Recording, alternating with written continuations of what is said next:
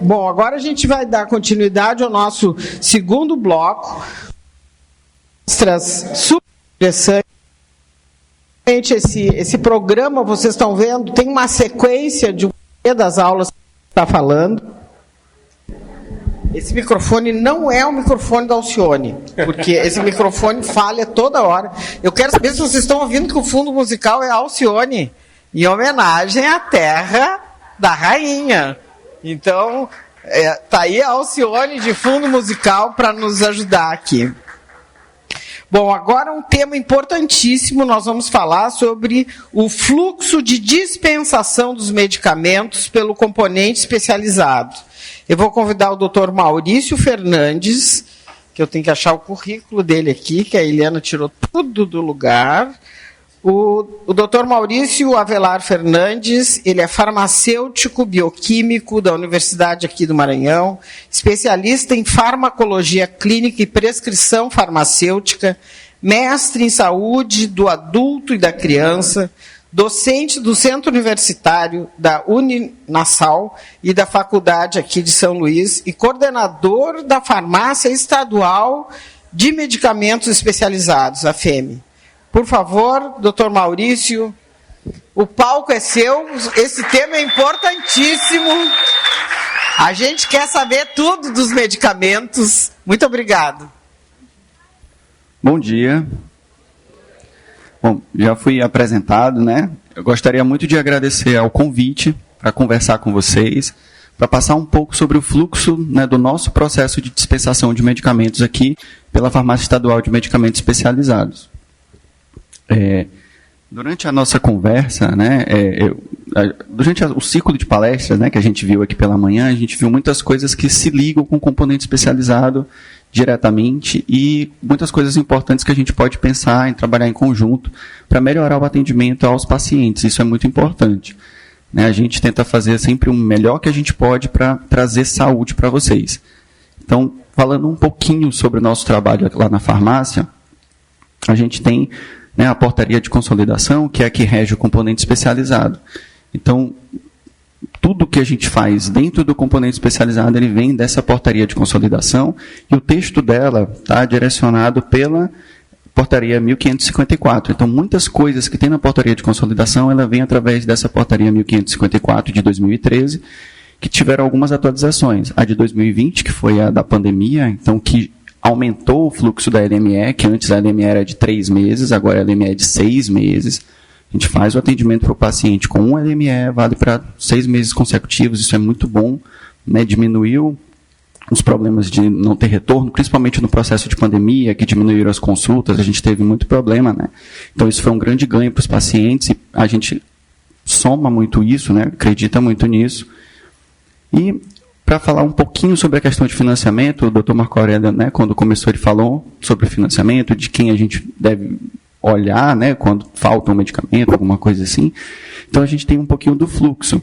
Dentro do financiamento, a gente tem divisão de grupos. Então, por exemplo, os medicamentos que são do grupo 1A, eles são de responsabilidade do Ministério da Saúde.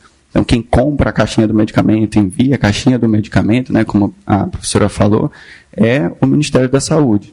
O grupo B, o Ministério da Saúde faz o direcionamento do recurso e o Estado faz a licitação e o processo de compra. Os medicamentos do grupo 2 são de responsabilidade do Estado e o grupo 3 são de responsabilidade da Secretaria Municipal de Saúde, para a gente ter só esse direcionamento em relação aos medicamentos, que a gente tem esse fluxo, tá? Em relação à legislação, a gente, pela portaria de consolidação, a gente direciona todo o atendimento baseado pelos protocolos clínicos e diretrizes terapêuticas do Ministério da Saúde. Então, assim, tudo que é feito, desde a análise de processo, que a gente vai comentar brevemente aqui, desde o recebimento, o acolhimento do paciente, análise de processo e a dispensação, tudo é baseado nesse fluxo que vem diretamente dos protocolos clínicos e diretrizes terapêuticas. E a gente tem que levar em consideração a classificação de acordo com a CID-10, né, que aí a gente tem essa conversa, né, com a doutora Alice, com os médicos, a gente tem esse direcionamento também em relação a isso. E assim, a execução do componente especializado da assistência farmacêutica, ele segue basicamente esse fluxo.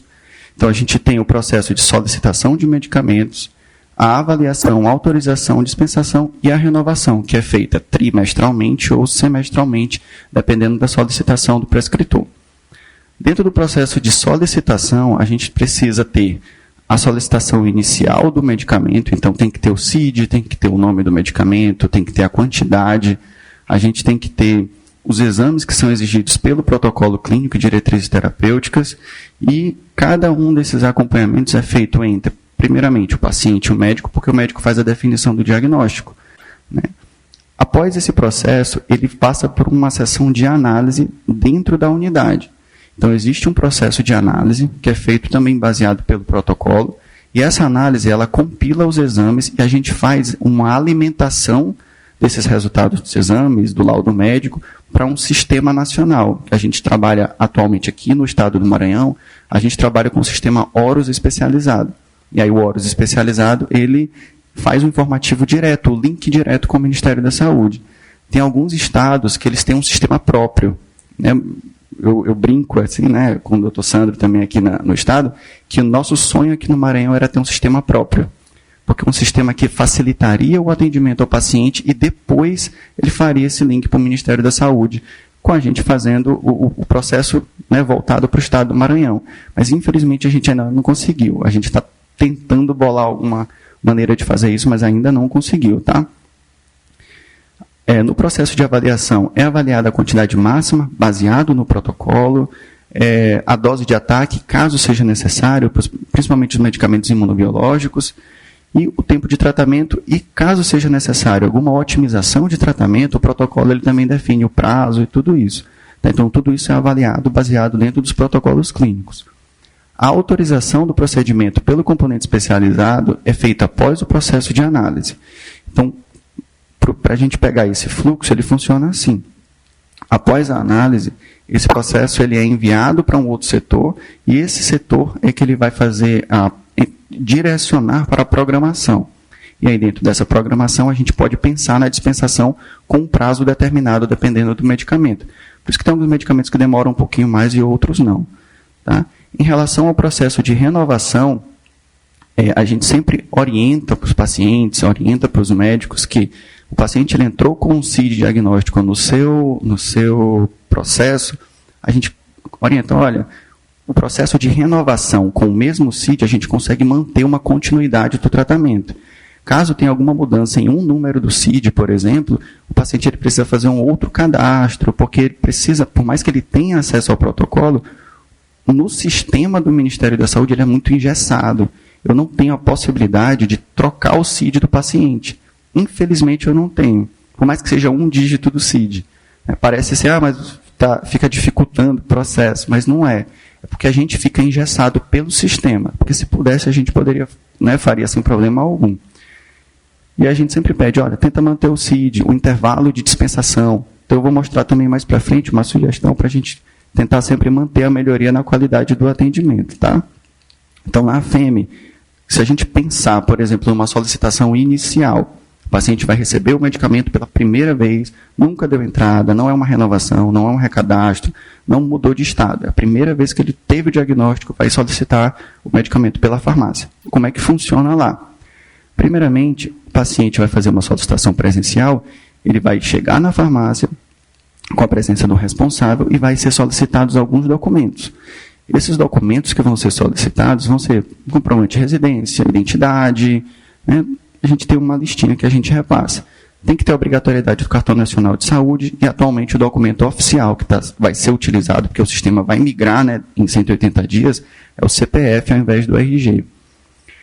Tem que ter cópia do documento de identidade, do responsável que vai ficar para receber o medicamento, então isso tem que estar documentado, cópia do documento de identidade, tem que ter o comprovante de residência e um contato desse responsável.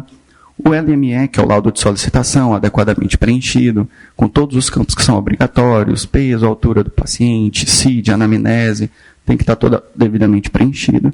Tem que ter a prescrição médica também devidamente preenchida, de acordo com a sua patologia, de acordo com a dose, com a quantidade. A gente sempre recomenda também, por exemplo, o paciente vai fazer o uso de infliximab, né? Então, fazer o uso do infliximab, ao invés de colocar são para 2 meses, né, de 8 em 8 semanas. Então, são 5 frascos, colocar os 10 frascos na prescrição médica e embaixo a observação. O paciente vai utilizar 1 frasco a cada 8 semanas, ou 5 frascos a cada 8 semanas. E aí isso já caracteriza um tratamento para um LME de 3 meses, por exemplo. Se for um LME de 6 meses, o médico pode prescrever 15 frascos. E aí esses 15 frascos são para 3 atendimentos em 8 semanas, né, para um LME de 6 meses. Em relação aos documentos que são exigidos pelos protocolos clínicos, varia de protocolo para protocolo. Então, eu até trouxe um exemplo mais à frente. O protocolo de retocolite ulcerativa, ele pede alguns exames, o de doença de Crohn, ele pede outros exames. A dose de ataque varia também, né? Então, isso a gente tem que levar em consideração, porque o sistema não permite que eu faça algumas alterações. Cópia do comprovante de residência.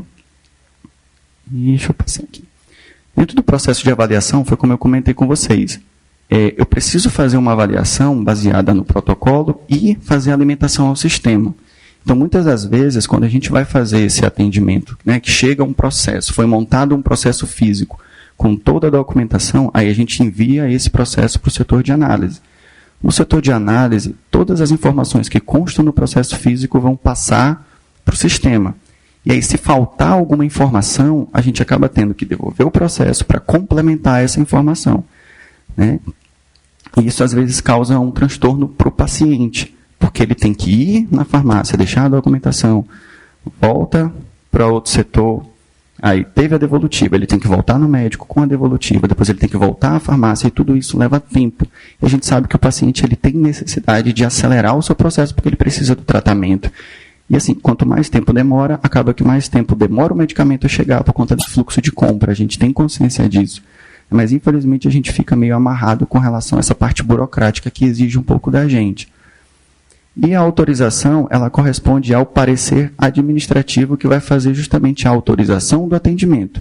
Se toda a documentação estiver certa, de acordo com o protocolo, a gente consegue fazer a liberação do medicamento e aí o envio, né, dessa solicitação de compra, programação, envia para a secretaria, e aí assim a gente dá entrada no medicamento para o paciente receber e pode fazer o processo de dispensação um pouquinho mais à frente.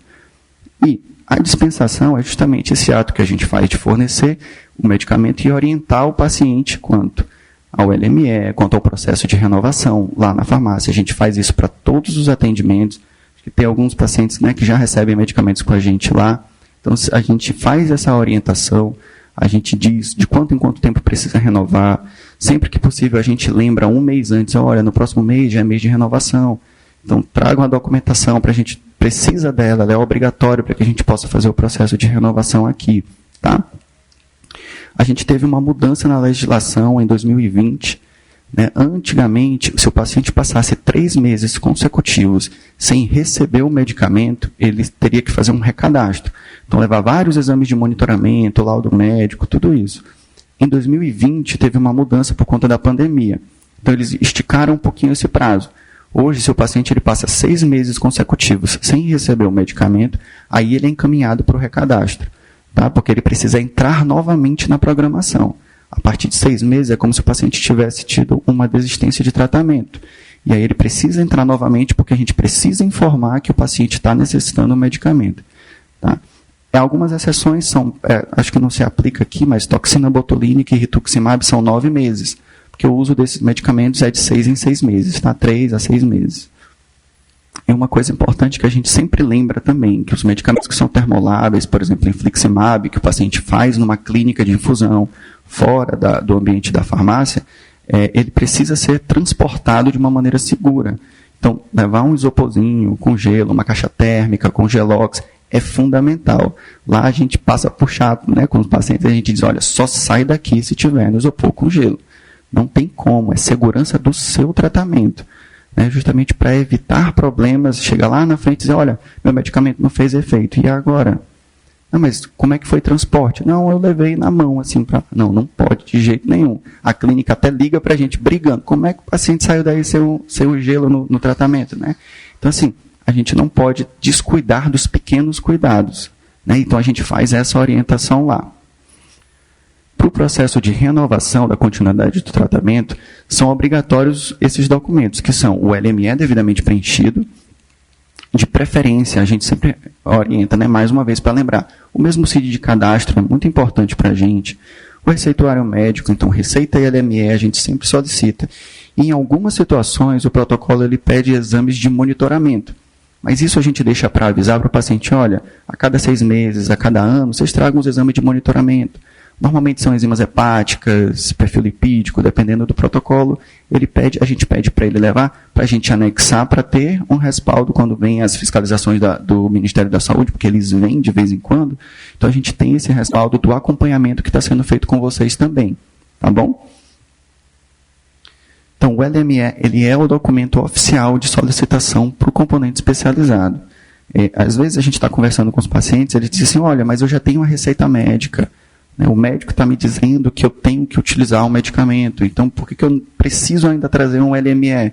Mas é porque o registro de solicitação para o componente especializado, para o SUS, é através do LME. Então acaba se tornando um documento obrigatório somado com a receita médica, certinho? E uma coisa também que é bem importante, a partir da data que é colocado no LME, ele tem validade de 90 dias daquela data. Então, atualmente, aqui no estado do Maranhão, a gente está recebendo o LME sem data para alguns casos de uma consulta que ocorreu fora do prazo, teve que adiantar a consulta por conta de agenda. Então, para não criar problema para o paciente, a gente está recebendo sem data, sem problema. Né? Então, se o médico preferir optar por não colocar a data, facilita para vocês, porque vocês podem pegar com um mês de antecedência e ainda vai estar valendo. Agora, se por algum acaso atrasou a consulta, passou 3 meses sem receber, está datado, infelizmente a gente não pode receber, porque tudo isso é computado via sistema. Então fica a sugestão, né, para os médicos aqui do estado do Maranhão não colocarem data no LME, certinho? E aqui a gente tem, eu quis trazer isso daqui para vocês, que é um ponto de atenção, que é uma das reclamações que eu acredito que muitos de vocês tenham, né, em relação ao abastecimento lá na farmácia. O que acontece? A gente trabalha por demanda e solicitação. Existe uma programação, mas essa programação ela depende muito da demanda dos pacientes. E aí acontece o seguinte, se por algum acaso o paciente ele não recebeu o medicamento dentro de um determinado período, que é uma vigência de uma APAC, né, então a APAC é uma autorização de procedimento dentro do SUS. Quando a gente abre uma APAC, ela abre para meses consecutivos. Então, vamos supor, a gente abre uma vigência para 3 meses consecutivos, né? Finalizaram esses 3 meses, eu preciso renovar esse procedimento por mais 3 meses. E isso gera um ponto de discordância, né, que a gente mesmo já tentou questionar isso com o Ministério da Saúde. A resposta deles foi essa daqui para a gente. Né? Então, o que acontece? Se por algum acaso você recebeu o primeiro mês, não recebeu o segundo mês e foi receber o terceiro, aquele segundo mês eu não consigo fazer a dispensação para você. Infelizmente, eu não consigo. Porque o mês anterior, ele conta na programação. O ajuste da programação, ele é feito contando. Então, por exemplo, se eu tenho 100 pacientes que recebem o medicamento, 99 receberam, um paciente não recebeu, ficou o medicamento, que teoricamente seria daquele paciente. Porém, quando vem o ajuste da programação, eles não mandam 100 medicamentos para outro mês, eles mandam 99, porque ficou um. Então, isso acaba causando um ponto de discordância para o paciente e para a gente.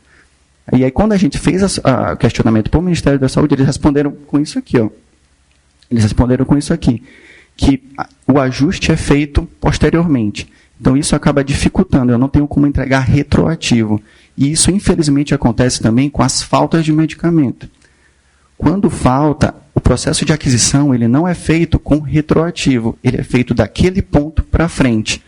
Isso gera um outro transtorno, porque a receita e o LME, eles são válidos para meses consecutivos. Eles não são válidos para meses de atendimento. Então, a gente acaba tendo um outro problema. Quando a falta de medicamento não entrega o retroativo e aquela receita ela precisa ser renovada a cada 3 ou a cada 6 meses da mesma maneira. Tá? Infelizmente, é assim. Então, o fluxo de atendimento pelo componente especializado, a gente comentou mais para frente, tem uma recepção, que é o atendimento do paciente, ele é encaminhado para o setor de triagem. No setor de triagem, ele vai fazer o acolhimento das documentações oficiais, receita, formulário, exames, tudo que for necessário, e ele vai fazer o cadastro, ser feito o cadastro no sistema Horus especializado. O cadastro no sistema Horus especializado, depois que ele é feito, o processo é encaminhado para o setor de análise. E aí a gente tem 3 respostas que podem ser dadas para o paciente. A primeira é devolvido para o cadastro quando ocorreu alguma pendência, faltou algum exame, algum documento, alguma coisa que não está anexada ao processo físico, que está faltando baseado no protocolo. Ele pode ser indeferido caso o paciente ele tenha um critério de exclusão do protocolo clínico. Ou ele pode ser aprovado e o paciente vai ser encaminhado para o seu atendimento, para a dispensação de medicamento. Tá? E aí, após esse processo de análise, nós temos, em média, no estado do Maranhão, uma média de 24 horas da análise de processo para o medicamento entrar na listagem. Atualmente, a gente estava com um analista só na FEME no Maranhão. Agora a gente está migrando para 2 analistas. Então, vai agilizar um pouco esse processo. Ele passava de 24 a 48 horas, mas agora a gente está tentando diminuir esse prazo para tentar dar mais celeridade ao processo. Tá? Dentro dessa, se o processo for aprovado, ele vai para a listagem. Na listagem, a gente tem um arquivo separado para isso. A gente lista todos os pacientes novos e, no decorrer de 15 em 15 dias, a gente faz esse informativo total de pacientes novos direto para a Secretaria Estadual de Saúde. E aí a Secretaria Estadual de Saúde é quem vai fazer essa programação de compra de medicamento ou de solicitação para o Ministério da Saúde. Então, a cada 15 dias é feito esse lançamento para a Secretaria e aí eles vão proceder com o processo de programação para comprar os medicamentos ou para solicitar os medicamentos perante o Ministério da Saúde. E aí, em relação à liberação de medicamento, que acho que é uma dúvida que todos têm, né? Atualmente, lá na farmácia, a gente está dando 10 dias úteis para receber o medicamento, dependendo do quantitativo disponível na central, que a gente tem uma central de abastecimento farmacêutico. Dentro dessa central, se a gente tiver um estoque suficiente e já tiver programado a reposição do medicamento, a gente consegue atender até 10 dias úteis.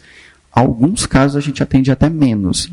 Tem paciente que às vezes que recebe, principalmente se for a adalimumab, às vezes consegue receber com 7 dias úteis por aí. Porque a gente tem um controle melhor da sua dispensação.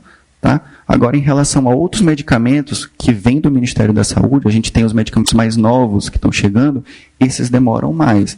Então, eu sei que não se aplica aqui, né, para o caso das doenças inflamatórias, mas, por exemplo, o risankizumab, ele demora 3 a 6 meses para chegar.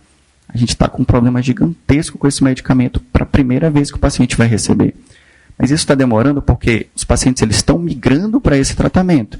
A gente conseguiu reduzir esse quadro hoje para uns 2 a 3 meses por conta da dose de ataque, que é um medicamento de alto custo, altíssimo custo. Então, a gente está tentando reduzir esse quantitativo fazendo essas programações juntamente com a secretaria.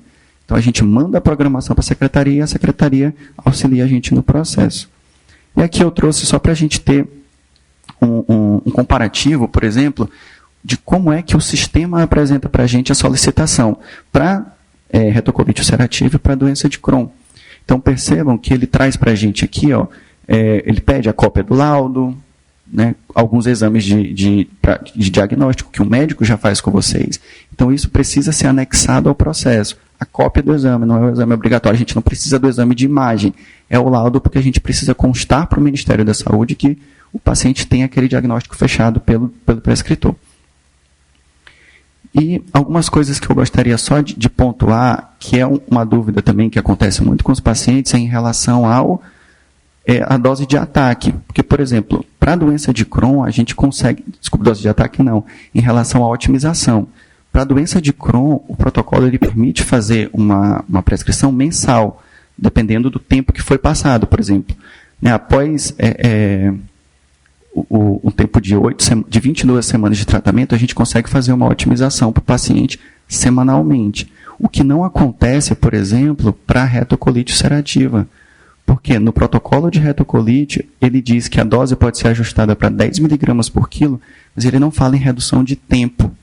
Então, ele aumenta a dosagem do medicamento, mas eu não consigo reduzir o tempo. Isso se reflete no sistema, porque eu não consigo cadastrar, por exemplo, um medicamento para retocolite no processo de 444. Na hora que eu coloco, desculpa, para Crohn, não, falei certo, para retocolite, eu não consigo colocar o 4 no meio, tem que ser 404, eu não consigo autorizar um procedimento todos os meses para retocolite ulcerativa, como eu consigo fazer, por exemplo, para a doença de Crohn.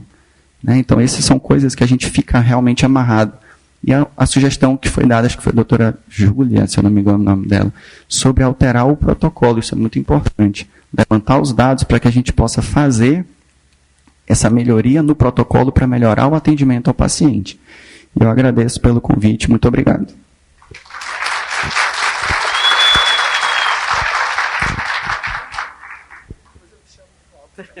Muito obrigado, Maurício. Eu acho que foi sensacional essa rota.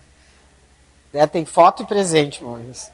Porque depois tu vai levar um tiroteio aqui depois na hora do... Não, realmente eu acho que o Maurício mostrou bem esse fluxo. E eu queria que vocês olhassem um outro lado também. Não só o lado da reclamação. Eu acho que o cuidado da indústria da farmácia de alto custo é fundamental, gente. Então, eu acho que todo mundo fica protegido. Vocês, pacientes, ficam protegidos. Um remédio de alto custo, a gente sabe direitinho a indicação, se o CID contempla o remédio, os cuidados que tem que ter. Eu acho que se isso funcionasse um pouquinho mais harmônico, com os pequenos ajustes, eu acho que é uma forma do paciente ser super bem cuidado. Tu imagina se ele sai de um consultório, que aí eu venho a parte dos médicos, que eu também falo mal aqui também. Os médicos têm que aprender a preencher essa LME. Os médicos, isso eu vivo dizendo nos cursos dos congressos, tem que ensinar, os médicos não sabem isso. Da receita em 2 vias, do relatório completo, do CID da doença, o porquê do remédio, o ajuste do remédio. Mas imagina se o paciente sai com uma receita, tu deu o exemplo do infliximab, vai lá e quer o remédio. Não fez um raio-x de tórax, não fez um mantu, não fez um hemograma e ele está com tuberculose. E ele recebe o remédio, ele morre.